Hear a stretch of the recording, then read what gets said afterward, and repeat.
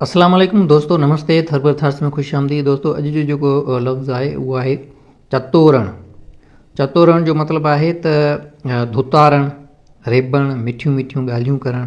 माना कंहिंखे जेको आहे उहो असल ॻाल्हि ते आणणु, मिठियूं मिठियूं ॻाल्हियूं करे उनखे धुतारणु, सेट करणु, राज़ी करणु। ठीकु आहे, चतोरण। उनखां बाद में अॼु जो जेको पहाको आहे उहो चवे थो अलाह जो रसो डिघो आहे। अलाह जो रसो डिघो आहे, इहो खुटण वारो न आहे। ठीकु आहे, इन ई खे वरी चवे थो त ॾिसो अलाह जी देॻ। त इन ई खे पाण जेको उहो कॉपी पेस्ट करे ॾिसंदासीं त इहो कहिड़ो पहाको आहे जेको इन ई सां लाॻापियल आहे। त अलाह जो रसो डिघो आहे, अलाह जी देॻ देरि सां तपे थी। इहो आहे पहाको, अलाह जो रसो डिघो आहे, उहो साॻी मीनिंग आहे। चवे थो अलाह जी देॻ देरि सां तपे थी। अलाह ज़ालम खे तड़े खड़े सज़ा नथो ॾे त मन सही दग ते अचे, पाण खे सुधारे। पर जॾहिं सुधरण जा समूरा इम्कान ख़तमु थी वञनि था तॾहिं डिघे रसे खे छिक ॾिए थो। अलाह जो रसो डिघो आहे, त रसो डिघो आहे।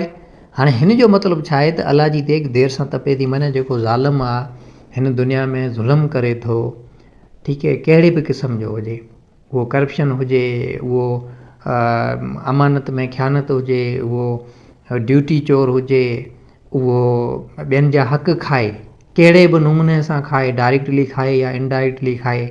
ठीकु आहे, उन में ईमानदारी न हुजे, बेईमानो हुजे, त उहो जेको चवंदा आहिनि त हिकिड़ो नेचुरल लॉ आहे।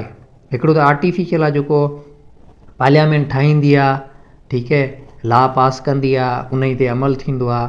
ॿियो हिकिड़ो आहे उहो नेचुरली आहे।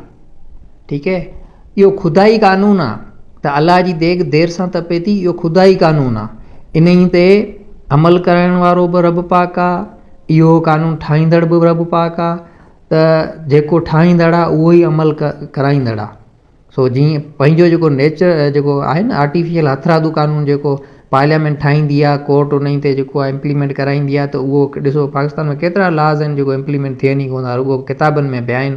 बाक़ी जेकॾहिं तव्हां रुॻो PPC खे पढ़ी ॾिसो न, PPC पाकिस्तान पैनल कोड, उनखे तव्हां पढ़ो त को बि बंदो, आउं चवां थो, ऑफेंस खां सवाइ को बंदो हूंदो ई कोन जेको मेजर हूंदो न बंदो, माना 18+ वारो हूंदो, उन को न को PPC जा जेके सेक्शन्स टोटल जेकॾहिं पढ़ंदो त उन ई में उहो को न को सेक्शन को जेको हूंदो उहो उन ई ते ऑफेंस थोरो लॻंदो।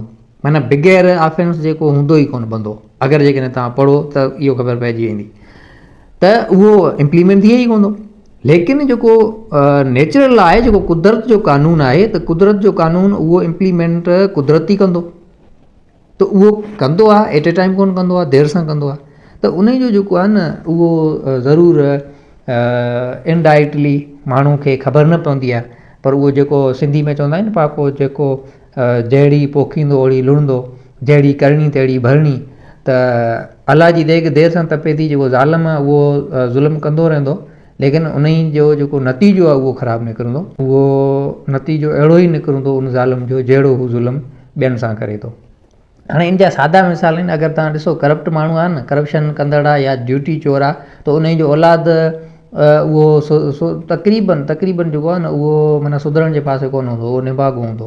जेको करप्ट माण्हू आहे या ड्यूटी चोर आहे, त उनजो मिसाल तौरु तव्हां हिकिड़े टीचर जो मिसाल वठो। जेकॾहिं टीचर हिकिड़ो ड्यूटी चोर आहे त उनजो औलाद जेको आहे उहो सही न पढ़ंदो, ठीकु आहे, उहो होशियारु न हूंदो या पढ़ंदो ई न, निभागो हूंदो। जेको करप्ट माण्हू आहे या जेको बेईमानो आहे, त उन्हनि जी इनडायरेक्टली कंहिं न कंहिं तरीक़े सां जेको आहे उहो हुननि जो सिलो मिले थो।